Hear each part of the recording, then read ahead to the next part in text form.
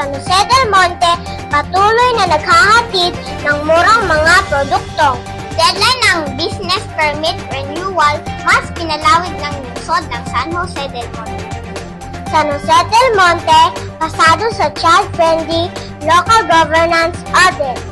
Live mula sa San Jose del Monte, Bulacan. Ito ang Balitang Samson. Magandang umaga. Presyo sa mga bilihin. Tumaas at tataas pa. Ilan lang ito sa aray ng mga Pilipino ngayong bagong taon. Live mula sa Sukong Mangga, tinutukan ni Ross Pulgado. Bagong taon, bagong pagtaas ng presyo. Yan ang aray ng mga San Joseño. Nagkaroon ng pagtaas ng presyo sa mga pangunahing bilhin.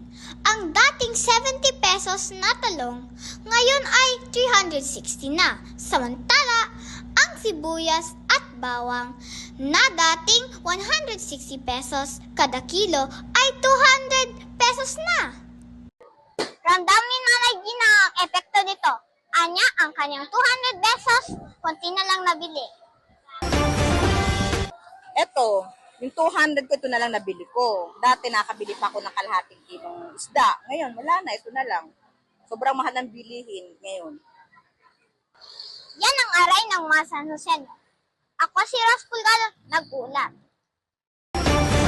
Sa mas magandang balita, 5 araw na lang ay masasaksihan na ng mga Cebuanos ang makulay at maningning na Tanglawan Festival sa Cebu City Sports Complex para sa Sinulong Festival 2025. Ngayong ika-25 taon ng cityhood anniversary at ika-10 taon ng Tanglawan Festival, naging posible ang makaisasayang paglahok ng lungsod ng San Jose del Monte sa Sinulong Festival.